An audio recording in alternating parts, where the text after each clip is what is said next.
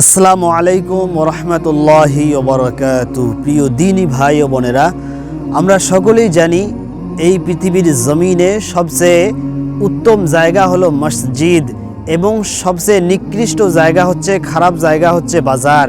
কিন্তু রাসূল সাল্লাল্লাহু আলাইহি ওয়াসাল্লাম বলেছেন, যদি কোনো মানুষ বাজারে গিয়ে ছোট্ট একটি আমল করে, সে বাজারে গিয়েও নেকি অর্জন করতে পারবে।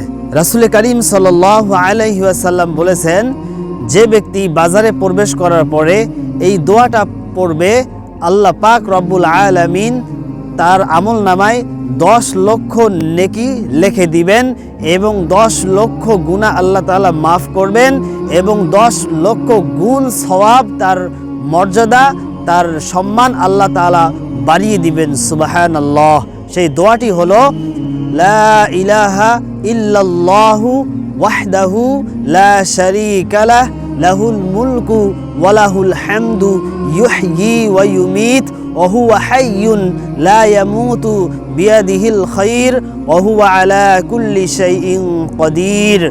এই হাদিসটি বর্ণিত হয়েছে তিরমিজি শরীফে, হাদিস নাম্বার 3728 নম্বর হাদিস। আমরা যখন এই বাজারে প্রবেশ করব, অবশ্যই এই দোয়াটা আমরা অবশ্যই পাঠ করব। যদি ভিডিওটি ভালো লাগে তাহলে চ্যানেলটিকে সাবস্ক্রাইব করবেন, যদি পেজ থেকে শুনে থাকেন তাহলে পেজটিকে ফলো করে দিয়ে শেয়ার করে দিবেন। জাযাকাল্লাহ খাইর।